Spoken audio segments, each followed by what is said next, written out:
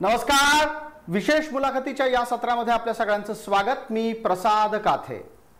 आपल्या सोबत आहेत महाराष्ट्र काँग्रेसचे विधिमंडळ गटनेता बाळासाहेब थोरात. बाळासाहेबजी नमस्कार आणि खूप खूप धन्यवाद आपण वेळ दिलात त्याबद्दल. ज्या स्थितीमध्ये आपण भेटतो आहोत ती स्थिती आता आव्हानात्मक आहे काँग्रेससाठी. काँग्रेससाठी आव्हानं नवीन नाहीत, पण आमच्यासाठी या निमित्तानं एक प्रश्न निश्चित आहे की काय घडू शकतं हे न सांगण्याच्या पलीकडे गेलेलं आहे. मला आपल्याला एक थेट प्रश्न विचारायचा आहे की आपण काँग्रेसमध्ये किती दिवस असणार आहात? हा प्रश्न येण्याचंच काही कारण नाही, कारण काँग्रेसमध्ये आम्ही आहोत ती आमची विचार प्रणाली म्हणून आहोत, एक विचार म्हणून आहोत की जो काँग्रेसचा विचार राज्यघटनेच्या प्रियांबलमधले जे सूत्र आहेत आपले त्या पद्धतीनं मी मानतो ते, आणि म्हणून काँग्रेस त्या विषयात पुढे जाऊ शकते, काही काम करू शकते, राज्यघटनेला ताकद देऊ शकते, किंवा त्यातले जे प्रियांबलमधल्या ज्या गोष्टी आहेत त्या पाळण्याची क्षमता काँग्रेसमध्ये आहे आणि पुढे नेण्याची. या कारणानं मी काँग्रेस बरोबर आहे. त्यामुळं ज्यावेळेस विचारांना माणूस बरोबर असतो त्यावेळेस असा प्रश्न विचारण्याचं काही आवश्यकता आहे असं मला वाटत नाही. मी काँग्रेस बरोबर राहणार, कायम काँग्रेस बरोबर राहणार. जी बाळासाहेबजी, हा विषय याच्यासाठी जन्माला आला कारण अनेक वर्ष जी माणसं काँग्रेसमध्ये होती ती काँग्रेस सोडून जायला लागली. तर तुम्ही विचाराशी जोडलेले आहात, त्यांच्या विचाराचं नक्की काय झालं? आपला प्रश्न थेट अशोक चव्हाणांच्या बद्दल आहे. हा खरं आहे की राजकारण हे विचाराचं असतं असं मी मानतो, आणि जो विचार आपण स्वीकारले, तत्वज्ञान आपण स्वीकारलं आहे त्या पद्धतीनं समाज पुढे नेणं, देश पुढे नेणं ही जबाबदारी आमची असते, राजकारणाची असते, त्या पक्षाच्या त्या राजकारणाची असते. मला तर काँग्रेसचे विचार या कारणानंच योग्य वाटतात की त्याचे हे विचार देशात सर्वसमावेशक विचार आहेत, शाश्वत विचार आहेत, की जे आपल्या सर्व संतांनी, जे समाजसुधारकांनी जे मांडलं ते डॉक्टर भारतरत्न डॉक्टर बाबासाहेब आंबेडकरांनी राज्यघटनेत आणलं. त्या प्रियांबलमध्ये आपल्याला ते वाचवायला मिळतं की जे संतांनी, आपल्या सर्व संतांनी सांगितलं होतं, समाजसुधारकांनी सांगितलं होतं. खूप मोठी प्रक्रिया, 1000 वर्षाची प्रक्रिया याच्यामध्ये घडल्यानंतर हे आपल्याला मिळालेली देणगी आहे, आणि त्यामुळं त्या विचाराबरोबर राहणं हे काम आपलं आहे. आता अशोकराव का गेले, खरं म्हणजे त्यांचे जर वडील पाहिले तर त्यांनी फार सुरुवातीला ते नगराध्यक्ष होते नांदेडचे, तिथपासूनचा सगळा प्रवास त्यांनी एका विचारानं केला. अशोकरावांना तो वारसा मिळाला, त्यांनी तो प्रवास केला. मुख्यमंत्रीपद दोघांनाही मिळालं, म्हणजे वडिलांना मिळालं, यांना मिळालं, अध्यक्षपद यांना मिळालं. खूप संधी सुद्धा दिल्या गेल्या. काही अडचण असली, समजा पक्षांतर्गत अडचणी असतातच, परंतु अडचण असली तर ती वेगळ्या पद्धतीने मांडण्याची संधी काँग्रेसमध्ये ज्यादा आहे. बिलकुल, काँग्रेसमध्ये आम्ही बोलू शकतो, आमच्या नेत्यांशी आम्ही भांडू शकतो. इतकी संधी तर कुठंच नसते, ती काँग्रेसमध्ये असते. असं असताना हा विचार सोडून अशा विचारामध्ये ते गेले, खरं म्हणजे जो टोकाचा दुसरा विचार आहे. मग तुम्ही आतापर्यंत जी काही भाषणं केली, तत्वज्ञान सांगितलं, विचार सांगितलं, त्याचं काय, हा प्रश्न शिल्लक राहिलेला आहे. पण मग हे सगळं तुम्ही कधी विचारलं नाहीत, किंवा त्यांच्या एकूणच आजवरच्या वाटचालीच्या अनुषंगानं हे काही लपून राहिलं नव्हतं की काहीतरी होऊ शकतं? वर्ष दीड वर्षापासून ही चर्चा होती, काँग्रेसला हे लक्षात का नाही आलं? नाही, चर्चा असतात, चर्चा. आता सुद्धा पहिला प्रश्नच तुम्ही मला विचारला, चर्चेला काहीच अर्थ नाही. मीडियामध्ये आता सोशल मीडिया हा इतका ओपन प्लॅटफॉर्म झाला का कोणी काही मांडणी करू शकत असतं, आणि त्यामुळं, आणि ते सुद्धा ज्या पद्धतीनं त्यांचा सहभाग असायचा, त्यामुळे कधी शंका यानं चर्चा होती, पण शंका येत नव्हती, कारण तितक्या मनापासून ते काहीतरी काम करतायत असं वाटत होतं. अचानक म्हणजे एक दिवस अगोदर, म्हणजे रविवारी आमचं ठरलं की उद्या 11 वाजता आपण एकत्र बसू आणि साधारणतः जागा वाटपाची चर्चा करून घेऊ, कशा पद्धतीनं पुढे जायचं. हे मला एक दिवस अगोदर, 24 तास अगोदर माझ्याशी बोलणं झालं होतं. असं आहे की अचानक त्यांचं दुसऱ्या दिवशी तर बातम्याच सुरू झाल्या, हे आपण पाहिलेलं आहे. असा अचानक टोकाचा विचार त्यांनी का करावा आणि टोकाच्या दुसऱ्या विचारसरणीकडे का जावं, हा प्रश्न तुम्ही त्यांना विचारला पाहिजे. नाही, मी काँग्रेसचा नेता म्हणून तुम्हाला एक विचारेन की आपले नेते जात आहेत तर आपण थांबवायला नको, त्यांना त्यांच्यापर्यंत पोहोचण्याचा एक प्रयत्न निश्चित करायला लागतो.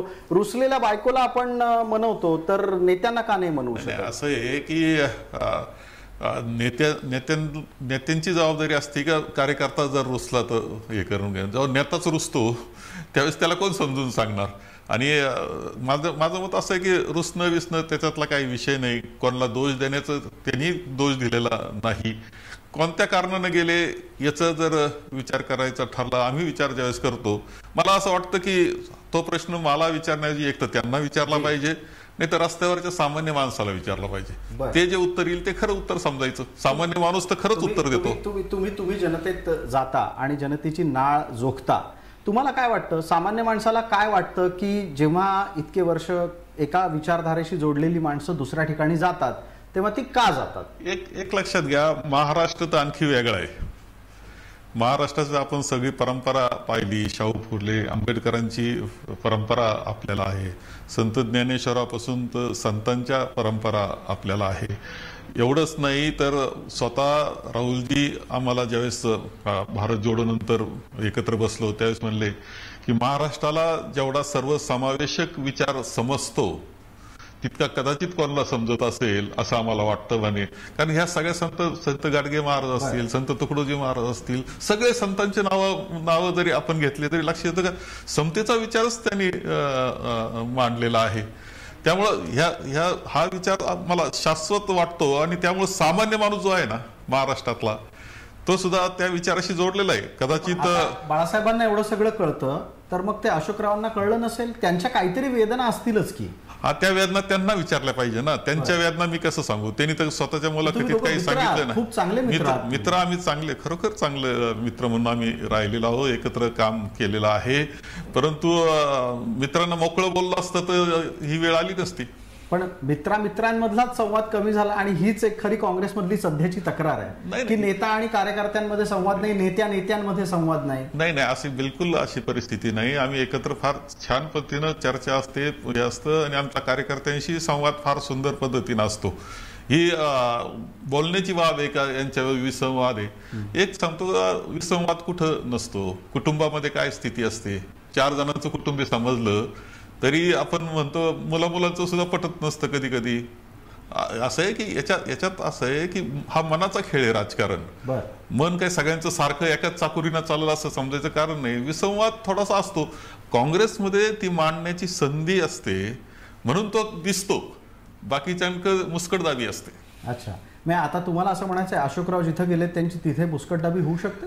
आता अशोकरावांना तुम्हाला काही काळानंतर विचारा.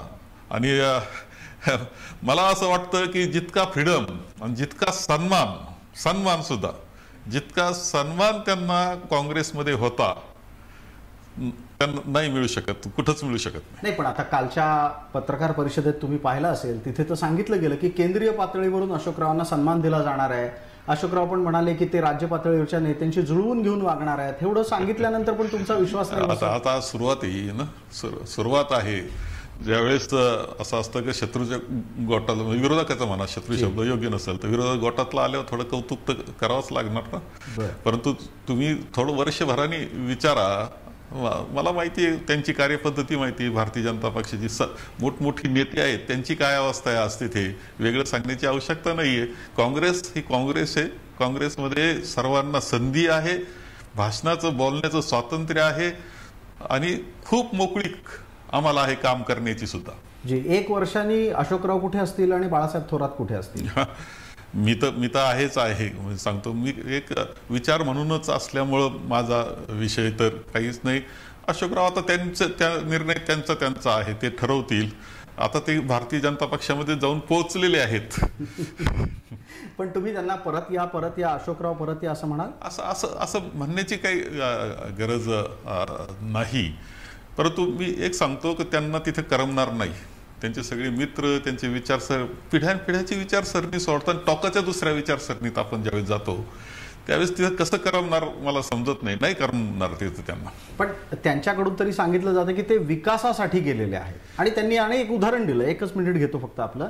ते असं म्हणतात की त्यांची कधीच कामं अडली नाहीत, त्यांच्या मतदारसंघाच्या विकासामध्ये कधीच देवेंद्र फडणवीसांनी काही आडकाठी केली नाही आणि त्यांच्या मतदारसंघाचा विकास होत राहावा म्हणून ते गेले. आजकाल प्रत्येकाचं हेच उत्तर असतं. एक मुख्यमंत्री एकनाथ शिंदे गेले, काय म्हटले त्यांचं उत्तर आहे. नंतर अजितदादा पवार गेले, काय म्हटले, असं आहे की मग तुम्ही असं राजकारण करत असताना मतदारसंघाचा याचा विकास करावाच लागतो, राज्याचा विकास करावा लागतो, नुसती विचारसरणी चालत नसती, हे जरी खरं असलं तरी हे एक देण्याचं उत्तर हे खरं आहे की त्यांची कामं अडत नव्हते, फंड्स आमच्यापेक्षा जास्त मिळत होते, परंतु आम्हाला वाटायचं एक सिनियर लीडर आहे, माजी मुख्यमंत्री आहे, त्यामुळे ते कदाचित त्यांना मदत होत असेल असं वाटत होतं. बाकी आम्ही पाहतोय राज्यामध्ये की विरोधी आमदार याचा अर्थ त्याला फंड काही नाही, निधी नाही, ही अवस्था आहे. आणि जो काही सत्तेत असेल त्याची निधीची लयलूट ते करतायत, ही स्थिती आज आहे, ही दुर्दैवानं स्थिती आहेच आहे. समतोल विकास करण्याचं काम तर सध्याचं सरकार करतंय. अच्छा, म्हणजे तुमचं एक अत्यंत महत्त्वाचं निरीक्षण या निमित्तानं या मुलाखतीत नोंदवलं जात आहे, ते असं आहे की विकास निधीच्या माध्यमातून माणसं फोडायचं काम चाललंय. विकास निधीचं माध्यम तर एक आहेच आहे. म्हणजे शेवटी असं आहे की मतदारसंघ असतो, मतदारसंघाला सांभाळावं लागतं. लोकांना फक्त तत्वज्ञान सांगितलं तर नाही चालणार, शेवटी चार कामं व्हावं लागतात. आणि तसा प्रयत्न हा दुर्दैवानं सुरूच आहे की तुम्हाला विकास निधी देतो, इकडे या, असं करून आमदारांची संख्या वाढवलेलीच आहे. फक्त आता निवडणुकीच्या वेळेस ते आमदार काय करतील हे सांगता येत नाही, कारण नुसतं त्यांना विकास निधी ऐवजी तिथे लोक निर्णयाला मानणारे, विचाराला मानणारे असतात. बरं, मग आताच्या घडीला काँग्रेसच्या किती आमदारांवर विकास निधीची खैरात होऊन तेही फुटू शकतात किंवा अशोकरावांच्या मागे जाऊ शकतात?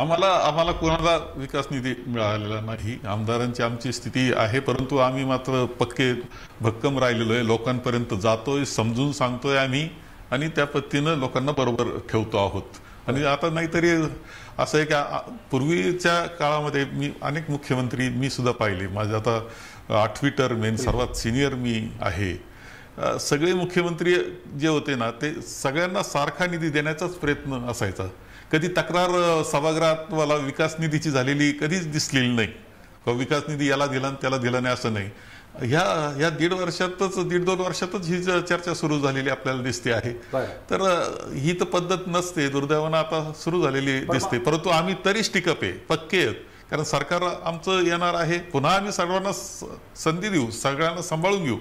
परंतु ही आता जी अर्थव्यवस्था नवी निर्माण केलेली आहे, दुर्दैवानं ती सामान्य माणसावर अन्याय करणारी अर्थव्यवस्था ही सध्याचं सरकार हे करत आहे. पण अशोकरावांच्या मागे किती जण जातील? त्यांनी तरी आकडा काही अद्याप सांगितलेला नाही, पण चर्चेत 15 वगैरेचा आकडा येतोय.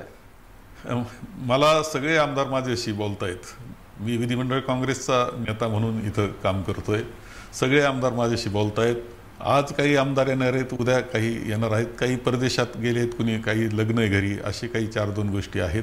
बाकी तर सगळेजण बोलतायत आणि आमच्या समवेतच राहण्याचं ठरवतायत. ही वस्तुस्थिती आहे. मला वाटत नाही अशोकरावांना त्यांनी प्रयत्न केलाय असं मला अजून दिसलेलं नाही, आणि प्रतिसाद कुणी देईल असं मला वाटत नाही. म्हणजे राज्यात काँग्रेस फुटलेली नाही. काँग्रेस फुटलं हे अशोकराव गेले म्हणजे काँग्रेसमधून तर गेलेले आहेत. एक असतं की साधारणतः आमदार हा समाजात वावरत असतो, कामाच्या निमित्तानं, कार्यक्रमाच्या निमित्तानं.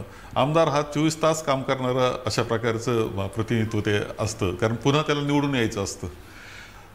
तो जनतेमध्ये फिरत असताना जनतेचं जनमत काय आहे याचा अंदाज तो घेत असतो आणि कळत असतं. त्याचा ज्याचा जनतेच्या नाडीवर हात आहे ना त्याला कळत असतं की जनतेच्या. मला असं वाटतं की महाराष्ट्रातली जनता आता पूर्णपणे महाविकास आघाडीच्या पाठीशी उभी राहते आहे. एवढंच नाही, केंद्राच्या बाबतीत सुद्धा रोष निर्माण होत असताना आम्हाला दिसतोय. ज्या सदस्याला हे कळतं की जनतेमध्ये मनात काय आहे, तो कशा करता आता काँग्रेस सोडील, तो आता महाविकास आघाडी बरोबरच राहील. नाही म्हणजे तुम्ही असं म्हणू इच्छित आहात की जे सोडून जात आहेत त्यांची जनतेची नाळ तुटलेली आहे असं लक्षात येईल. एक तर जनतेची नाळ तरी तुटलेली राहील किंवा अन्य कारण काही असेल, परंतु महाराष्ट्रातली जनतेच्या मनामध्ये काय आहे असाच आवाज तुम्ही सेन्स घ्याल, त्यांचं मत घ्याल. जनमानस जे आहे ते पूर्णपणे महाविकास आघाडी बरोबर आहे. आत्ताच्या घडीला एक अशी चर्चा अजून आहे की महाविकास आघाडी जरी राज्यसभेच्या निवडणुकीत मैदानात उतरणार असली तरी महायुतीकडून 6च्या 6 जागा लढवलेल्या जाण्याची शक्यता आहे आणि 6व्या जागेवर अशोकराव स्वतः असू शकतात. तुमच्यासाठी आव्हान नसेल काही? नाही, अशोकराव राहतील की नाही हा विषय काय माझ्याशी निगडीत नाही. परंतु मला असं वाटतं की निवडणूक होणार नाही, बिनविरोध होईल असं माझं मत आहे. आणि हे नेहमीच कसं काय हो महाराष्ट्रातल्या नेत्यांना जमतं की ते प्रत्येक वेळेला राज्यसभेची निवडणूक बिनविरोध करून टाकतात आणि आपापसातले जे काही हेवे दावे ते वर येऊ देत नाही. हे तर असलं पाहिजे. शेवटी हे संख्येवर अवलंबून असतो. कोठा असतो, ज्याच्याकडे कोठा आहे सगळं आहे, ज्यावेळेस समजतं आपल्याला का हा कोठा आहे आता काय उगाच निवडणूक करू नये, त्यावेळेस समजदारीनं वागणं हे सगळ्यात चांगलं असतं आणि असं असलंच पाहिजे या मताचा मी आहे. एक महाराष्ट्रातल्या राजकारणाची परंपरा आहे ती आहे संवादाची परंपरा. मागच्या वेळेला आम्ही पाहिलं होतं की ज्या वेळेला अतिरिक्त उमेदवार दिला गेला त्यावेळेला काँग्रेसचं प्रतिनिधी मंडळ समोरच्या गटाकडे गेलं आणि तुम्ही चर्चा केलीत आपापसामध्ये. ते काही झाली नाही, चर्चा फिसकटली, निवडणुकीचे निकाल वेगळे लागले. या वेळेला जर समजा उमेदवार आला महायुतीचा तर परत एकदा चर्चेसाठी शिंदे फडणवीस पवार तिघांपर्यंत जाल? चर्चा करण्यामध्ये काहीच अडचण नसते. आम्ही काय एकमेकांचे शत्रू नाहीये. शेवटी असं आहे की आपली लोकशाही आहे, राज्यघटना आहे, पक्ष आहे, मतांतर आहे, सत्ताधारी पक्ष आहे, विरोधी पक्ष आहे, हे घटनेनंच दिलेलं हे आहे. हे काय व्यक्तिगत काही नसतं. त्यामुळे संवाद असा साधण्यात काहीही अडचण नसते. तो साधलाच गेला पाहिजे या मताचा मी आहे. असं साधला पाहिजे. कशा करता उभा नका करू असं म्हणण्यामध्ये काहीच अडचण नसते. पण मग एवढा सगळा जो संवादाचा मुद्दा तुम्ही वारंवार उपस्थित करताय, तुमच्यात आणि नाना पटोलेंमध्ये किती सुसंवाद आहे? चांगलं आहे, माझं काहीच अडचण नाही. मी असं आहे की मी काँग्रेसचा सगळ्यात सिनियर सदस्य इथं आहे. मला काँग्रेसनी जवळजवळ 17.5 वर्ष मंत्रीपद मी होतं. मला अध्यक्ष म्हणून सुद्धा विधानसभेच्या अगोदर 2 महिने दिलं होतं, पण अध्यक्षपद सुद्धा दिलं होतं. मला कोणतीच संधी मला कमी केलेली नाही काँग्रेस. त्यामुळे मला प्रदेशाध्यक्ष का नाही केलं? नाही, मी होतो ना प्रदेशाध्यक्ष, परंतु मी प्रदेशाध्यक्ष आत्ताच्या संघर्षाच्या काळात नाही, असं नाही. कुणी नेतृत्व काय सगळी आपल्याकडेच पाहिजे असं नाहीये. एकाच वेळेस मी प्रदेशाध्यक्ष, एकाच वेळेस विधिमंडळ काँग्रेसचा नेता, एकाच वेळेस महसूल मंत्र्यासारखं पद माझ्याकडं. तर त्यामुळं काही वाटत हे शेवटी पक्ष आहे, सगळ्यांना बरोबर घेऊन आणि कामाच्या बी परत त्याचा फायदा होत असतो. 4 जण ज्यावेळेस काम करतील एका ऐवजी तर जास्त फायदा होतो. त्यामुळे त्यांनी नाना पटोलेंवर जबाबदारी ती टाकली. मला काहीच अडचण नाही त्यात. अच्छा, पण एक असं निरीक्षण आहे आणि तशी चर्चा समोर येते की तुम्ही आणि अशोकराव चांगले मित्र आहात. नाना पटोले समोर असले की गोड वागता, नाना पटोलेंची पाठ वळली की तुम्ही त्यांच्या विरोधात करता काही? नाही, असं म्हणजे कमीत कमी बिलकुल माझ्या बाबतीत तरी नाही. मला काही तशी आवश्यकता नाही काही बोलण्याची. म्हणजे माझं व्यक्तिमत्व म्हणून जरी तुम्ही पाहिलं तर बोलायचं ते मी सरळ तोंडावर म्हणजे त्यांच्या समोर बोलू शकतो. आणि मी सांगितलं ना, इथं मांडण्याची संधी काँग्रेसमध्ये खूप असते एकमेकाला. आम्ही इथंच बसतो, एकत्र बोलतो. बाहेर वेगळं बोलण्याची करता काही गरज नसते आम्हाला. माझं एक असं निरीक्षण आहे, प्राप्त स्थितीत आता सध्या जो महाराष्ट्राच्या राजकारणाचा सारीपाट आहे त्याच्यामध्ये जर समजा वाढायची संधी असेल तर ती काँग्रेसला आहे. काँग्रेसने ती गांभीर्यानं घ्यावी आणि नेत्यांनी एकजूट राहावं. दुर्दैवानं ते होताना दिसत नाही. तुमचे मोठे मोठे नेते निघून जात आहेत. मग काँग्रेस महाराष्ट्रात वाढणार कशी? वाढणार ना. असं काय करता तुम्ही जी मांडणी करता त्यावेळेस मला सांगा की 1980 साली इंदिराजी पुन्हा आल्या. किती मोठे नेते होते त्यांच्याबरोबर. 1999ला काँग्रेस फुटली त्यावेळेस सगळे मोठे निघून गेले होते. मोठे कोण राहिले होते? मोठे कोणी राहिले नव्हते. त्यावेळेस सुद्धा काँग्रेस पुन्हा मुख्यमंत्री झाला. एवढंच नाही तर 2019ला आमची स्थिती 42 आमदारांचं फार 31 पर्यंत खाली आलो. एवढंच नाही तर आमचा विरोधी पक्ष नेत्याने पटकन उडी मारली, भारतीय जनता पक्षात जाऊन बसला. सगळं वातावरण एवढं बदललेलं होतं. अशा वेळेस मोठे जातात म्हणून पक्ष संपत नसतो. पक्षात असं असतं की शेवटी ज्यावेळेस अशी परिस्थिती निर्माण होते तर उलटी स्पेस निर्माण होते, संधी निर्माण होते. तरुणांना संधी मिळत असते. अनेक तरुण असतात की जे काम करण्याची उमेद असते, काम करत असतात, धडपड असते त्यांची, पण संधी नसते. त्यांना संधी निर्माण होत असते. म्हणजे मी जर तुम्हाला ग्रामीण भाषेत सांगायचं ठरलं तर आज सांगाल का, आम्ही शेतकरी मंडळी कधी कधी खूप मोठं झाडात डोलारा झाला तर त्याला आम्ही त्याच्या फांद्या तोडून कट करतो. डहाळतो शब्द आहे त्याला, मराठी डहाळतो. त्याचा फायदा काय होतो माहिती आहे? सगळ्या त्या झाडाला नवी पालवी फुटते. बिलकुल. ही मोठी गेल्यानं एकदम फरक पडत नाही, नवी पालवी फुटते. काँग्रेसला नवी पालवी फुटल, नवे युवक त्यामध्ये सहभागी होतील, चांगल्या क्षमतेचे ते असतील, नव्या दमानं काम करतील आणि काँग्रेस पुन्हा उभी राहील तुम्हाला दिसेल. बिलकुल. तुम्ही हा जो काँग्रेसचा इतिहास सगळा सांगितलात त्याच्यात एक गोष्ट लक्षात अशी आली की काँग्रेसला फुटण्याची सवय आहे. इंदिरा गांधींनी हा पक्ष 2 वेळा फोडलेला आहे, इतर अनेक नेत्यांनी हा काँग्रेस पक्ष फोडलेला आहे. आणि तुम्ही ज्या अशोकरावांचा संदर्भ देताय, थोडंसं मागे जाऊन आपण पाहिलं तर दस्तूरखुद्द शंकरराव मुख्यमंत्री राहिले. मुख्यमंत्री राहिल्यानंतर पुलोदमध्ये गेले आणि तिथे जाऊन शरद पवारांच्या मंत्रिमंडळामध्ये त्यांनी अर्थमंत्रीपद भूषवलं. नाही, ठीक आहे, कोणत्या पक्षाच्या बाबतीत माणसं सोडून गेलीच नाही असं होत नाही. काँग्रेसच्या बाबतीत ते झालेलं आहे. काहींनी संधी साधूपणानं सोडलेली आहे, ही वस्तुस्थिती मी काही नाकारत नाही. परंतु हे काही कोणत्या पक्षाला अपवादी पक्ष असं नाही. मी सांगितलं, हा मनाचा खेळ असतो. एकदम काय याला चौकोनी चिरे सगळे असतात आणि बसवले असतात असं नाही आहे. त्याच्या सर्व समावेशक लोक असतात, सर्व प्रकारचे असतात. काही अशा असतात की ज्यांना संधी मिळाली की उडी मारून जायचं, सत्तेबरोबर राहण्याची पद्धत त्यांची असते. पुन्हा सत्ता आली का परत पुन्हा एक उलटी उडी मारायची.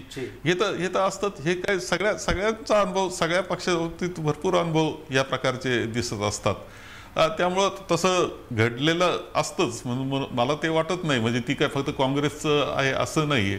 परंतु एक त्याच्यामध्ये एक असं असतं की ह्या अशा उड्या मारणाऱ्यांमध्ये सुद्धा काही लोक असतात की ते त्या पक्षाला सांभाळतात, ती विचारसरणीला सांभाळतात आणि शेवटी पक्षाला आपलं जे उद्दिष्ट आहे तत्वज्ञानाचं ते पूर्ण करण्याकरता बहुमत पाहिजे असतं तर 4-2 गोळा करून घेतात बरोबर. त्याशिवाय होत नाही. आता तर म्हणजे भारतीय जनता पक्ष तर असे गोळा करतोय की सगळे म्हणजे जेवढ्यांवर आरोप झाले भ्रष्टाचाराचे तेवढे भारतीय जनता पक्षात आहे. आता भ्रष्टाचारी पक्ष कोणता असं विचारायचं ठरलं, भ्रष्टाचारांचा पक्ष कोणता असं विचारायचं ठरलं तर भारतीय जनता पक्ष आहे. कारण त्यांनी जेवढे होते तेवढे गोळा करून घेतलेत. आता नाही म्हणजे अशोकराव भ्रष्ट आहेत नाही, आता त्यांच्या बाबतीतलं सिद्ध मी काही म्हणणार नाही त्यांना असं. परंतु बाकीच्यांचे आरोप केले की नाही तुम्ही, 70,000 कोटीचा आरोप तुम्ही राष्ट्रवादीवर करता, त्यांना तिकडे घेऊन गेले. अनेक असं देशामध्ये असं हे चित्र आहे. अशोकराव कसे गेले, का गेले हे त्यांना विचारा तुम्ही. बिलकुल. या अनुषंगानं एक गोष्ट मला अशी काँग्रेसच्या बद्दलची दिसते की बडी माणसं काँग्रेसला नेहमी आव्हान देताना आपल्याला दिसलेली आहेत. मी एक उदाहरण शंकररावांचं दिलं, त्याच्यानंतर विलासरावांचं उदाहरण आहे. विलासराव विधान परिषदेची उमेदवारी मिळवण्यासाठी मातोश्रीवर गेलेच होते. पी चिदंबरम, काँग्रेस फोडली, वेगळा पक्ष काढला. काँग्रेसला परत त्याच लोकांना महत्व द्यावं असं वाटतं जी माणसं काँग्रेसच्या नेतृत्वाला आव्हान देतात. असं का होतं? इतिहासामध्ये कधी कधी त्या घटना घडलेल्या आहे, मी नाकारत नाही. काँग्रेसचा इतिहास मोठा आहे. सर्वात जास्त म्हणजे कार्यकाळ त्यांचा आहे. 1885ला सुरू झालेला आहे. त्यामुळं असं सरळ सगळं चाललं असं काही समजायचं कारण नाही. थोडंफार इकडं तिकडं काही गोष्टी घडल्या असतील, परंतु शेवटी ती विचारधारा आहे आणि ती विचारधारा माझं तर मत असं आहे की शाश्वत विचारधारा आहे की देश पुढे न्यायचा असेल, शांततेनं न्यायचं असेल, लोकशाही टिकवायची असेल तर काँग्रेसशिवाय पर्याय नाही या मताचा मी आहे. त्यात इकडं तिकडं थोडं घडलं त्याच्याच फार चर्चा करण्यात काही अर्थ नाही. या प्राप्त स्थितीमध्ये आता तुम्ही सातत्यानं शरद पवारांशी संवाद करत असता. महाराष्ट्रातलं एक मोठं नेतृत्व म्हणून तुम्ही त्यांच्याकडे पाहता, अनुभवी नेतृत्व म्हणून तुम्ही त्यांच्याकडे पाहता. पण आत्ताच्या स्थितीला जी त्यांची स्थिती आहे त्यापेक्षा काँग्रेस बऱ्याच स्थितीत आहे. मग शरद पवारांनी काँग्रेसमध्ये विलीन झालं तर एकूणातच मोदी विरोधकांची महाराष्ट्रातली ताकद वाढणार नाही? असं आहे की शेवटी माननीय शरद पवार साहेब हे एक मोठं नेतृत्व आहे, राष्ट्रीय पातळीवरील नेतृत्व आहे. खूप मोठा 50 वर्षापेक्षा जास्त संसदीय कार्याचा अनुभव आहे. अनेक मुख्यमंत्री पद असेल नाही तर देश पातळीची पदं, आणि आमच्याकरता आदरणीय सुद्धा ते आहेत. कारण ज्या पद्धतीनं त्यांनी कामं हे केलेलं आहे, महाराष्ट्र सांभाळलेला आहे, देशात काम केलेलं आहे. त्यामुळं कदाचित आज त्यांना स्थिती त्यांची कठीण झाली असेल, ही वस्तुस्थिती नाकारायचं नाही. म्हणून त्या व्यक्तीचं महत्त्व कधी कमी होत नसतं, त्यांचा सन्मान कमी होत नसतो. सर्वसामान्य माणसामध्ये ही गेले असतील, आमदार गेलेत, जनता गेली का त्यांना सोडून, असा जो प्रश्न जनतेला विचाराल ना तर जनता त्यांच्या बरोबर आहे. आणि ते तुम्हाला दिसेल की पवार साहेबांनी स्वतः सांगितलं की एकदा तर असं झालं की आलेले आमदार माझे सगळे निघून गेले, राहिलेच नाही, पण दुसऱ्या वेळेस कुणी निवडून आला नाही त्यातला. हे तर त्यांनी उदाहरण सांगितलंय. म्हणून आमदार म्हणजे सगळे काही असं समजायचं काही कारण असं. जनता जी असते ती कोणाबरोबर आहे? माझं मत असं आहे की पवार साहेबांबरोबर सुद्धा खूप सहानुभूती जनतेमध्ये आहे, त्यांच्या कार्याबद्दल आदर आहे आणि त्यामुळं त्यांची ताकद आहे ती आहे. ताकद इथली कमी झाली असेल विधिमंडळातली, पण त्यांची मूळ व्यक्ती म्हणून जी ताकद आहे, त्यांचं जे ग्लॅमर आहे ते काही कमी नाही. नाही, पण मग असा एक मोठा नेता महाराष्ट्र काँग्रेसला मिळाला तर तुम्ही, कारण त्या मुद्द्यावर उत्तर देत नाही की पवारांनी महाराष्ट्र काँग्रेसमध्ये विलीन व्हावं का? मी आज बोलणं त्यावर योग्य कसं नाही. त्यांचा आज पक्ष आहे, त्या पक्षाला मान्यता सुद्धा दिलेली. त्यांच्या पक्षाने काय निर्णय घ्यावा यावर मी काही चर्चा करणं काही योग्य होणार नाही. तो त्यांचा निर्णय राहील. बरं, पण भविष्यात तुम्हाला मोदी लाटेच्या समोर लढावं लागेल. तुम्ही वैयक्तिकरित्या मानता की मोदी लाट येऊ घातली आहे परत एकदा? मला आता बिलकुल तसं वाटत नाही. आता एकंदर जे प्रश्न निर्माण झालेले आहे देशामध्ये, बेरोजगारीचे प्रश्न, महागाईचे प्रश्न, ज्या पद्धतीने ईडीचा वापर, आयटीचा वापर, पोलीसचा वापर असेल, काल शेतकऱ्यांवर अश्रुधूर, लाठीचार्ज, गोळ्या झाडणं, असतील रबरी गोळ्या, पण गोळ्या झाडणं, त्यांच्या मार्गात अडथळे निर्माण करणं, संवाद नाही त्यांच्याशी. मणिपूरला जे घडलं ते किती दुर्दैवी आहे. आमच्या ज्या मुली, कुस्तीगीर मुलींशी घडलेलं, त्याच्यावर ते बोलायला तयार नाहीत. म्हणजे राहुलजी काय बोलले शब्द, तर 2 वर्षाची शिक्षा, त्यांची खासदारकी जाऊ शकते, परंतु मुलींनी केलेल्या आरोपाची साधी नीट चौकशी नाही, त्या मोकाट फिरतोय आरोपी. हे पाहताय देश.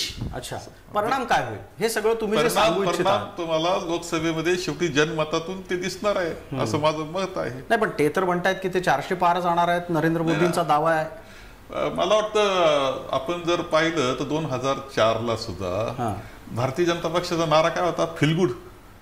आणखी काहीतरी होतं, इंडिया शाईनिंग, इंडिया शाईन, फिलगुड. फिलगुड झालं काय? असं एक नारे काय केले याला महत्व नसतं, उत्साह वाढवण्याकरता केलेली ती नारेबाजी आहे. मला वाटतं बिलकुल यावेळी जनता त्यांना साथ देणार नाही. पण मग त्याच्या समोरचा पर्याय काय? म्हणजे मला याचं उत्तर कधीच आतापर्यंत गेल्या साधारण 10 वर्षाच्या राजकारणात सापडत नाही की मोदी नाहीत तर पंतप्रधान कोण? तेव्हा पंतप्रधान इंडियाचा पंतप्रधान होईल ना, काही अडचण नाहीये, आणि चालविल देश. असं काही नाही. आम्ही एकत्र येऊन, नरसिंहरावांनी सुद्धा देश चालवला होता. 2004 पासून 14 पर्यंत सुद्धा अनेक जण एकत्र येऊन आम्ही देश चालवलेला आहे, आणि चांगला चालवलेला आहे. असं नाही लोकशाहीला बळकट करणारा चालवलेला आहे. त्यामुळे असं काही समजण्याचं कारण नाही. पर्याय नाही, पर्याय आहेत. इंडिया म्हणून पर्याय आहे. देशाचा पंतप्रधान होईल आणि देश चांगल्या पद्धतीनं चालवेल. नरसिंहरावांचं तुम्ही नाव घेता, पण त्या नरसिंहरावांनी गांधींना बाहेर ठेवलं आणि देश चालवून दाखवला होता. नाही, असं नाही, परंतु ते नेतृत्व तर ते होतंच आमचं सगळ्यांचं, आणि मान्य केलेलं होतं ना. असं काही नाही. सोनेजींना आम्ही मानतच होतो सगळे.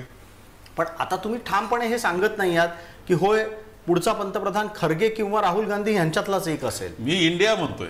मला तो बोलण्याचा अधिकार तसा नाहीये. इंडिया म्हणून आम्ही जे एकत्र आहोत त्याच्यातून आम्हाला पंतप्रधान मिळणार, सरकार बनणार, आणि देश राज्यघटनेप्रमाणे आणि लोकशाहीनं चालणार. पण थोरात तुम्ही इतके वर्ष राजकारणात आहात, मी तुम्हाला काही राजकारण शिकवण्याची गरज नाही, पण वातावरण, परिस्थिती समोर बघून तरी आपण दावे करायला हवेत.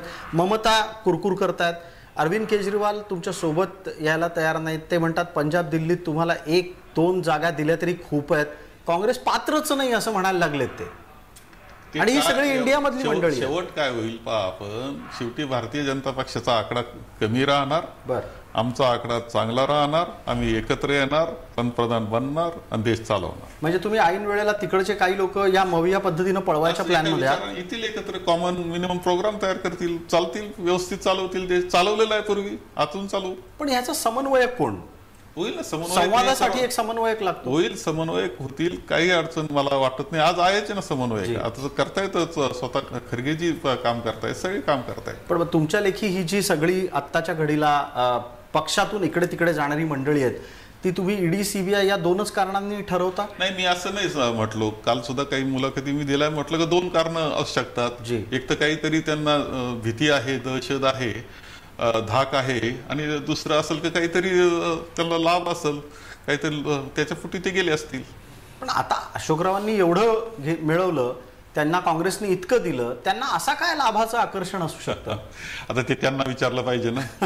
तुम्ही सगळे प्रश्न त्यांच्या मनातले मला कसे विचारता? बरं, नाही, कसं आहे, तुम्ही मित्र आहात म्हणून काही प्रश्न कदाचित गुपचूप तुम्हाला कानात सांगितलेले असू शकतात म्हणून येतात.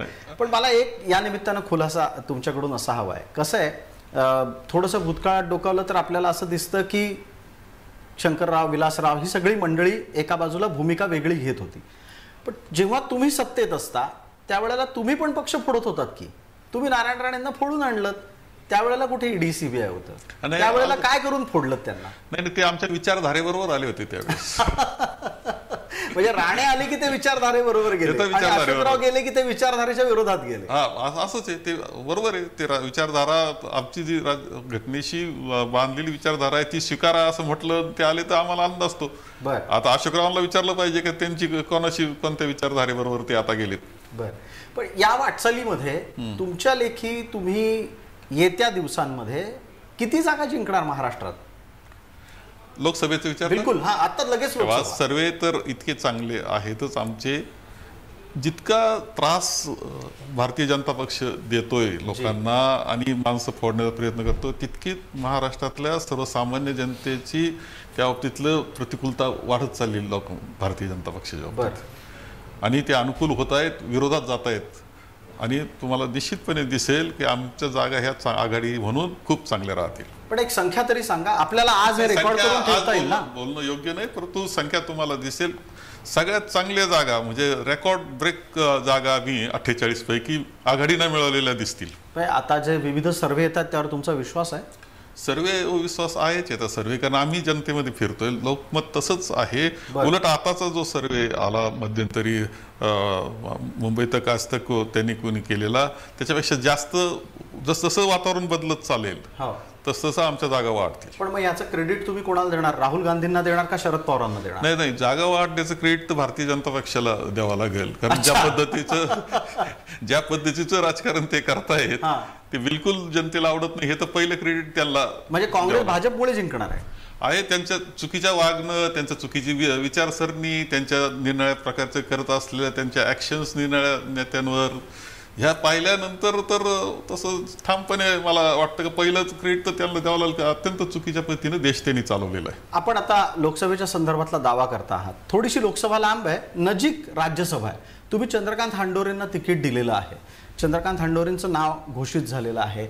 मागच्या वेळेला चंद्रकांत हंडोरेंबद्दल जे काही झालं ते खरंच बऱ्यापैकी अपमानास्पद होतं. एक अत्यंत मागासवर्गीय समाजातला संघर्षशील नेता असलेले चंद्रकांत हंडोरे यांना मराठ्यांनी ठरवून पाडलं असं एक चित्र निर्माण झालं. याच्यात काही उगाच वाद असा घालण्याचं काही कारण नाही का मराठा आणि हे असं बिलकुल वाद घालण्याचं काही कारण नाही. ते पराभूत झाले, ते दुर्दैवी आम्ही काय मानलं. त्यांचा सन्मान टिकण्याकरता पूर्णपणे काळजी आम्ही घेतो आहोत. जे चुकले ते तर काय गोपनीय मतदान होतं, परंतु त्याला समाजाचा हे देण्यात काहीच अर्थ नाहीये. झालं ते दुर्दैवी होतं आणि त्यांचा सन्मान आम्ही ठेवतो आहोत. आता त्यांचं जर नाव आलं असेल, आताच आपण दाखवलं, आपण बसल्यानंतर आलं नाव ते, तर चांगलं स्वागत आहे. या प्राप्त स्थितीमध्ये तुम्हाला असं वाटतं की जी 6वी जागा अपेक्षित आहे ती काँग्रेसला मिळेल? तुमची संख्या किती आहे? नाही, आमची संख्या आहे, आमचे मित्र पक्ष आहेत, ते सुद्धा आमच्या समवेत राहतील आणि आम्हाला काहीच अडचण नाही. आम्ही चांगल्या पहिल्या फेरीमध्ये आमचा उमेदवार विजयी झालेला असेल. एक संख्याबळाचा चर्चा करणं गरजेचं आहे, कारण थोरासाहेब तुम्ही विधिमंडळाचे गटनेता आहात, तुम्हाला त्यातलं आकड्याचं राजकारण पण कळतं. तुम्ही भरोसा कोणावर ठेवता आहात आकड्याच्या अनुसार? उद्धव ठाकरेंच्या गटावर, शरद पवारांच्या गटावर आणि काँग्रेसच्या आकड्यावर? आमचा स्वतःचाच आकडा एक चांगला आहे. आज काही असलं तरी 45 पैकी 43 आमच्याजवळ आहेत. एक दुसरं असं आहे की आमचे मित्र म्हणून काही पक्ष, छोटे छोटे पक्ष आहेत, ते आमच्या बरोबर आहेत. तिसरं पवार साहेबांचं आहे, शिवसेना आहे. आम्ही तर पहिल्या फेरीमध्ये येतोयच निवडून. पण मग याच्यामध्ये अशोकरावांनी जर समजा काही गडबड करायचा प्रयत्न केला, काही होऊ शकत नाही. आम्ही निवडून येणार, पहिल्या फेरीत आमचा उमेदवार विजयी होणार. बरं, बाळासाहेब थोरात वारंवार एका गोष्टी बाबतीत सांगतायत, त्यांनी अशी एक भूमिका मांडली आहे गेल्या काही दिवसांपासून की अशोकरावांनी खूप मोठी चूक केली भारतीय जनता पार्टीमध्ये जाऊन. मला विचारावं असं वाटेल की बाळासाहेब, ही चूक करायला भाग कोणी पाडलं? काँग्रेसमधलं वातावरण नव्हतं का त्याला जबाबदार?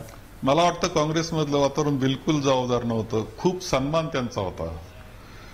काँग्रेसच्या वर्किंग कमिटीवर संधी मिळणं ही सोपी गोष्ट नसते. फार थोड्या लोकांना वर्किंग कमिटीमधला सदस्य होता येत असतं. ती संधी त्यांना मिळाली. ती 2 वेळेस शपथ त्यांनी मुख्यमंत्री पदाची घेतली होती. आता सुद्धा ते मंत्रिपदामध्ये सुद्धा होते, अध्यक्ष म्हणून राहिलेले होते असं. आणि आम्ही खूप सन्मान त्यांचा करत होतो. म्हणजे तुम्ही आमचे भाषण जर ऐकले तर त्यांचा अत्यंत सन्मानपूर्वक उल्लेख सुद्धा सर्व करत असायचे. असं नाही. आणि त्यांच्या शब्दाला मान सुद्धा होता. ती जाण्याची जी कारण आहे ते त्यांना तुम्ही एकत्र बाजूला घेऊन बसून विचारले तर कदाचित ते सांगू शकेल. काहीतरी असेल त्यांच्या म्हणजे प्रश्न त्यांचे वेगळे असतील. अगदी त्यांच्याशी तर चर्चा होईलच, पण मी पण आता गेले अनेक वर्ष अशोकरावांना पाहतोय. एक साधारण जी वेदना सल त्यांच्या एकूणच चर्चेत किंवा वागण्यामध्ये दिसली ती अशी होती की आपण खूप काही काँग्रेसला दिलं, तुलनेनं तेवढं मिळालं नाही. आणि हे त्यांनी काल पत्रकार परिषदेमध्ये जाहीररित्या सांगितलं की पक्षासाठी आम्ही पण खूप खस्ता खाल्ल्यात, असं म्हणण्याची वेळ इतक्या वरिष्ठ नेत्यावर येते. नाही, आता त्यांनी म्हटलं, परंतु आता मी काय मोजमाप करायला बसलेलो नाही. याचं मोजमाप जनता करत असते, जनतेला समजत असतं या सगळ्या गोष्टी. आणि ती तर शेवटी न्यायाधीश तर जनताच आहे. ती जनता त्या पद्धतीने निर्णय देत असते. त्यामुळे हा प्रश्न सुद्धा जनतेला आपण विचारावा. बरं, पण तुम्हाला वाटतं महाराष्ट्र काँग्रेसमध्ये भाकरी पलटायची गरज आहे? असं नाही. आता आहेत, आम्ही सगळे काम करतो आहोत, चांगल्या पद्धतीनं काम करतो आहोत. काळाच्या ओघामध्ये बदल तर असतात, तसे काळाच्या ओघात असतात ते. त्याला काय तो प्रश्न नसतोच. आणि त्या बाबतीत केंद्रीय पद्धतीनं निर्णय प्रक्रिया चालली असते. आता माननीय नानाभाऊ पटोले जे काम करते अध्यक्ष म्हणून, काही नाही, आनंदात आम्ही सर्वजण काम करतो आहोत त्यांच्याबरोबर. विरोधी पक्षनेते म्हणून विजय वडेट्टीवार आहे, आनंद आहे आम्हाला. करा काम आम्ही सांगतोय, आम्ही पाठीशी सांगतोय. मी आपला विधिमंडळ काँग्रेसचा नेता म्हणून काम करतोय. आमचे सहकारी आहेत. आज तर मला आमच्या टीम मध्ये काही अडचण वाटत नाही. बाळासाहेब, तुम्ही खूप सिनियर मंत्री राहिलेले आहात, सिनियर नेता आहात. कदाचित तुम्हाला थोडंसं लोकांच्या मनातलं दिसत नसावं. नाना पटोले खट्टू असतात. त्यांना विधानसभा अध्यक्षपदावरून हटवल्याच्या बदल्यात एक मनातली भावना असते, ती बोलून दाखवत नसतील तुम्हाला, पण ती बाळगून असतात सातत्याने की हा अन्याय मवियामध्येच झाला त्यांच्यावर. हे तुमचं म्हणणं म्हणजे नाना पटोलेंवर अन्याय करणार आहे, त्यांच्या मनात खट्टू आहे असं म्हणणं म्हणजे तुम्ही मनानं रचलेला एक हे आहे. त्याला काही अर्थ नाही. अत्यंत आनंदानं त्यांनी प्रदेशाध्यक्षपद स्वीकारलेलं आहे. खरं म्हणजे ते अध्यक्ष राहिले असते विधानसभेचे तर आज राजकीय चित्र वेगळं असतं, कारण अध्यक्ष असतात विधानसभेला. तर आता जे मधल्या काळामध्ये घडलं 1.5 वर्षापूर्वी ते घडलं नसतं. परंतु त्यांनाही नेतृत्व करण्यामध्ये आनंद आहे आणि म्हणून त्यांनी आनंदानं ते स्वीकारलेलं आहे. माझ्या मते आपण जे केलं ते आपल्या मनानं एक खडा टाकून पाहिला, तो काही योग्य नाही. ठीक आहे, आपल्याला वेळेची मर्यादा आहे याची मला पूर्ण कल्पना आहे. पण बाळासाहेब, काही प्रश्न थेट आणि थेट तुमच्याच बद्दल आहेत. येत्या काळामध्ये तुम्ही पण तुमच्या घरात नवं नेतृत्व तयार करत आहात. तुमच्या मुलीच्या संदर्भातल्या चर्चा येत आहेत. कोणत्या पक्षातून त्यांना लढायला आवडेल जर त्यांना राजकारणात यायचं असेल? नाही, एक लक्षात घ्या, आहे ती डॉक्टर जयश्री माझी मुलगी, ती अँकॉलॉजिस्ट आहे. म्हणजे 6 वर्ष ती टाटा हॉस्पिटलला त्यांना कन्सल्टंट म्हणून काम केलेलं आहे. तिला आवड आहे समाजकार्याची. मला मदतीला, आता राजकारणामध्ये मी घरातली 4 माणसं मदतीला लागतात, त्यावेळेस ते राजकारण सांभाळत येतं. कारण अनेक कार्यक्रम असतात, लग्न कार्य असतात, ती माझ्याबरोबर काम करते. आपण विचारलं तर आम्ही असं आहे की आमची परंपरा कुटुंबाची सुद्धा खूप वर्षाची काँग्रेस एका विचाराची, डाव्या विचाराची परंपरा पूर्वीपासून आहे. म्हणजे 1930ला माझ्या आजोबापासून आम्ही ती सांभाळत माझे वडील स्वातंत्र्य सैनिक म्हणून राहिले. त्यांनी 2 वर्ष नाशिकच्या जेलमध्ये सुद्धा ते होते 42च्या चळवळीमध्ये. तो आम्ही एक विचार घेऊन चालणारी माणसं आहेत. मला वाटतं की ती विचारसरणीच पुढे न्यावी या मताचा मी आहे. आणि आमच्या एकत्र वातावरणच ते असतं तर वेगळं काही मानण्याचं काही कारण नाही. बाळासाहेब, एक छोटंसं उदाहरण फक्त देतो. आमच्याही घरात स्वातंत्र्य सैनिकांची परंपरा आहे. 2 पिढ्या आमच्याही गांधींच्या सोबत लढलेल्या आहेत. पण पुढच्या पिढीमध्ये कधीतरी काँग्रेसच्या भूमिकेचा विचार करण्याची वेळ येते आणि मग लोक ही राहुल गांधींच्या नेतृत्वाकडे पाहतात. तिथं थोडीशी निराशा येते असं नाही वाटत आपल्याला? नव्या पिढीला राहुल गांधींमध्ये तो आश्वासकपणा दिसत नाही.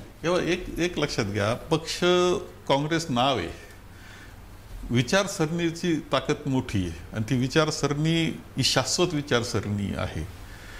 मला विचारलं की काय तत्वज्ञान काँग्रेसचं, तुम्ही सांगाल काय नाही, प्रियांबल वाचा, संपलं विचारसरणी. असं आहे. आज राहुलजी आहेत, काय कमी करतायत राहुलजी? आज मागे सुद्धा त्यांनी 3560 किलोमीटर संपूर्ण देशाचा दौरा केला. आता मणिपूरपासून ते चालतायत, लोकांशी भेटतायत, बोलतायत, संवाद साधतायत. आज ठामपणे, कठोरपणे ते केंद्र सरकारच्या चुकांवर ते प्रहार करतायत. तिथे तिथे त्यांचा काय काय दोष आहे? उलट त्यांचं कौतुकच केलं पाहिजे, इतकं ताकदीनं ते उभे राहत आहेत, जनतेचे विषय घेऊन राहत आहेत, सर्वसामान्याशी एक नाळ त्यांनी जोडलेली आपल्याला दिसते. त्यामुळं एक मीडिया यांच्या माध्यमातून, सोशल मीडियाच्या माध्यमातून माणसं ना काहींना वेगळ्या पद्धतीने त्याची हे करायची, बदनामी करायची असा प्रकार मधल्या काळामध्ये झाला. पण तो सगळा धुवून काढण्याची ताकद सुद्धा त्यांनी दाखवली, तेवढं सहन केलं त्यांनी सगळं जी. आणि आता पुन्हा नव्या जोमानं उभे राहिलेले आहेत. मला वाटतं त्या विचारसरणी करता खूप ताकदीनं लढणारं नेतृत्व ते आहे. आता तुम्ही म्हणालात की ते यात्रा काढतात, निश्चित कन्याकुमारी पासून काश्मीरपर्यंत चालत गेले ते, याबद्दल लोकांना त्यांच्याबद्दल प्रचंड आदर आहे, लोकांना आवडलं की ते चालत गेले. कधीतरी गांधी घराण्यातला एक माणूस महात्मा गांधींच्या नंतर एवढ्या मोठ्या प्रमाणात चालला, अर्थात महात्मा गांधी आणि आत्ताच्या गांधींमध्ये तसा संबंध नाही, पण गांधी गांधी आहेत म्हणून. गडबड कुठे होते बाळासाहेब? गडबड इथे होते की ते एवढा सगळा संघर्ष करत असतात आणि मध्येच काहीतरी वेगळं होऊन जातं. आता परवाचं उदाहरण घ्या, मोदींच्या जातीची चर्चा करण्याची गरज नव्हती, त्यांनी केलं. त्याचा खुलासा अखिल भारतीय काँग्रेस कमिटीनं केलेला आहे, अत्यंत चांगल्या पद्धतीनं केलेला आहे. गैरसमज पसरवण्याचा प्रयत्न करतील लोक, परंतु त्यांनी जे जातीचा उल्लेख केला आणि त्याबाबतीतलं जे स्पष्टीकरण आहे ते ऐकल्यावर आपल्या लक्षात येईल वस्तुस्थिती काय आहे, मग मात्र तुम्ही टीका करणार नाही. बरं, महाराष्ट्रात तुम्ही नक्की या मराठा ओबीसी वादावर काँग्रेस म्हणून काय भूमिका घेणार आहात? कारण तुम्ही ओबीसींच्या बाबतीत फार भूमिका घेतानाच दिसत नाही आहात. नाही, असं बिलकुल नाहीये. असं आहे की आमचं म्हणणं आहे की मराठा समाजाला आरक्षण मिळालं पाहिजे, कारण आहे तरुण का ज्यांना त्यांची कुचंबना होते आहे, वस्तुस्थितीमध्ये कुचंबना होते. ग्रामीण भागामध्ये यामध्ये खूप अडचणी निर्माण झालेल्या आहेत. तरुणांच्या टोळ्याच्या टोळ्या झाल्या, सुशिक्षित शिकलेले परंतु काही काम नाही असे.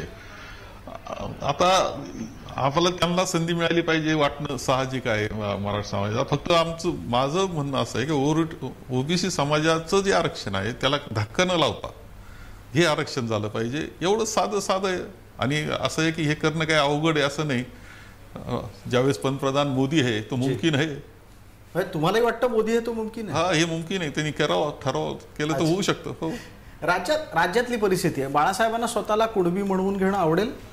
नाही, मी तुम्हाला सांगितलं की मी विचारसरणी माझी सांगितली आणि त्याच्यातून ओळखून घेतलं पाहिजे की मी जात धर्म याच्या पलीकडेच विचार करतोय असं तुम्हाला वाटलं नाही पूर्ण मुलाखतीमध्ये? नाही बिलकुल. पण हा प्रश्न कसा आहे, हा चर्चाच करायचं कारण काही नाहीये. असं आहे की मी याच्या पलीकडे जाती धर्माच्या पलीकडे आम्ही विचार करूनच आम्ही जात असतो. मला काहीच अडचण वाटत नाही. जात धर्म चिटकून घेणं सुद्धा योग्य नाही. मानव धर्म मानणारा मी आहे. बिलकुल. आणि तुमच्या राजकारणात ते दिसतं. फक्त कसं होतं, काही नेते आजकाल खुलेआम स्वतःच्या जातीची चर्चा करायला लागतात. ते आपण हा देश पाठीमागे नेतोय असं वाटत नाही का? बिलकुल. त्यांना तसे प्रश्न आम्ही विचारतो. पण मला एका गोष्टीचं आणखीन हे लागेल की कसं आहे, तुमच्या आसपासच्या परिसरामध्ये आणि जवळच्याच मराठवाड्यामध्ये हे सगळं मराठा आरक्षणाचं आंदोलन वाढत जाते. जरांगे तिसऱ्यांदा चौथ्यांदा उपोषणाला बसतात. त्यांची प्रकृती खालावत जाते, ते ऐकायला तयार नाही आहेत. सतत उपोषणं करणं आणि उपोषणाच्या माध्यमातून दबाव निर्माण करणं हे एका टप्प्यानंतर निष्प्रभ होत जातं. अण्णांचं हे झालेलं आपण पाहिलं. तुम्ही काही सल्ला द्याल मनोज जरांगेंना की तब्येत सांभाळा?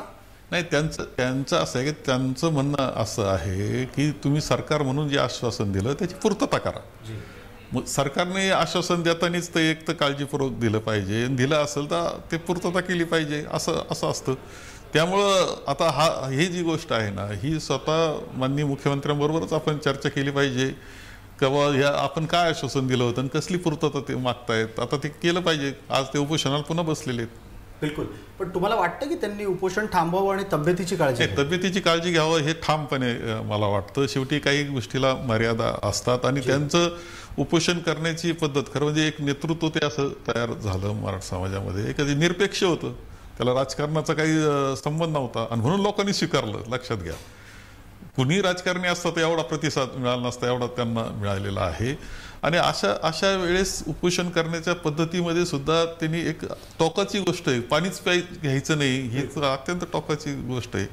त्यामुळे काही पद्धती पाळल्या पाहिजे. शेवटी हा उपोषण हे एक आंदोलनाचा हे दिलेलंच आहे महात्मा गांधींनी, परंतु त्याच्यामध्ये काही काळजी घेत केलं पाहिजे, हे नाकारता येत नाही. त्यांनी जरूर तब्येतीची काळजी घेतलीच पाहिजे. मग मराठ्यांना फसवलं कोणी, हा एक प्रश्न समाज विचारतो. नाही, मला त्याच्यात आता त्या बारकाव्यामध्ये मी जात नाही, कारण त्याचं विश्लेषण हे करणं हा स्वतंत्र विषयाचा भाग आहे. फसले का नाही, काय झाले, हे आता त्यांना विचारलं पाहिजे. या मुलाखतीसाठी आपण भरपूर वेळ दिलात, अनेक प्रश्नांना दिलखुलासपणे उत्तरं दिलीत आणि आम्ही आमच्याकडून अत्यंत थेट प्रश्न विचारू शकलो. त्याबद्दल खूप खूप आभार, धन्यवाद. तुम्ही जे जे काही दावे या मुलाखतीत केलेले आहेत ते आम्ही रेकॉर्ड करून ठेवलेले आहेत. येत्या काळामध्ये आपण ते तपासत राहू आणि पुन्हा पुन्हा भेटत राहू. धन्यवाद, आपण ही वेळ दिलीत त्यासाठी. नमस्कार, आभारी. विशेष मुलाखतीच्या या भागामध्ये तुर्तास इतकंच. आपण पाहत रहा फक्त जय महाराष्ट्र.